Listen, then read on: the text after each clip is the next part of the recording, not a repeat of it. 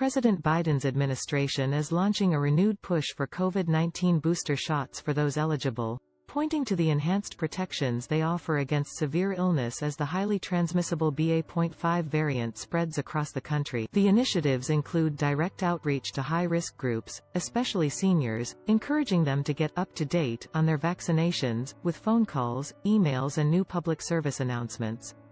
All Americans ages 5 and over should get a booster 5 months after their initial primary series, according to the Centers for Disease Control and Prevention. It also says those 50 and older, or those who are immunocompromised, should get a second booster 4 months after their first. According to the CDC, tens of millions of eligible Americans haven't received their first booster, and of those over age 50 who got their first booster, only about 30% have received their second. The CDC has released a booster calculator to help people determine when to get a booster shot.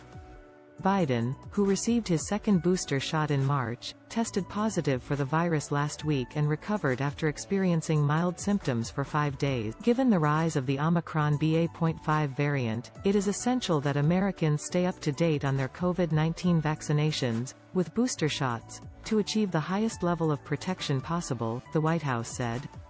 COVID-19 is killing about 366 people in the U.S. each day, the vast majority of whom are not up to date on their vaccinations. The administration says those deaths are largely preventable. In May, according to the CDC, before the BA.5 variant became dominant in the U.S., people over age 50 with only a single booster shot were 4 times more likely to die of COVID-19 than those with 2 or more booster doses. Currently, many Americans are under-vaccinated, meaning they are not up to date on their COVID-19 vaccines, CDC Director Dr. Rochelle Walensky said this month. Staying up to date on your COVID-19 vaccines provides the best protection against severe outcomes. As part of the new booster push, the White House says pharmacies in the federal pharmacy program will step up outreach to those eligible for another booster dose. It says Walgreens will make more than 600,000 phone calls, and Rite Aid will send nearly 9 million emails to people encouraging them to get shots.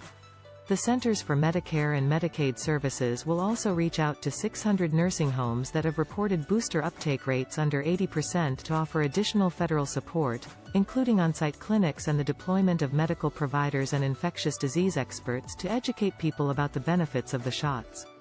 CMS will also email booster reminders to the 16 million people who receive their Medicare emails and added a booster reminder message to its 1-800-Medicare call-in line.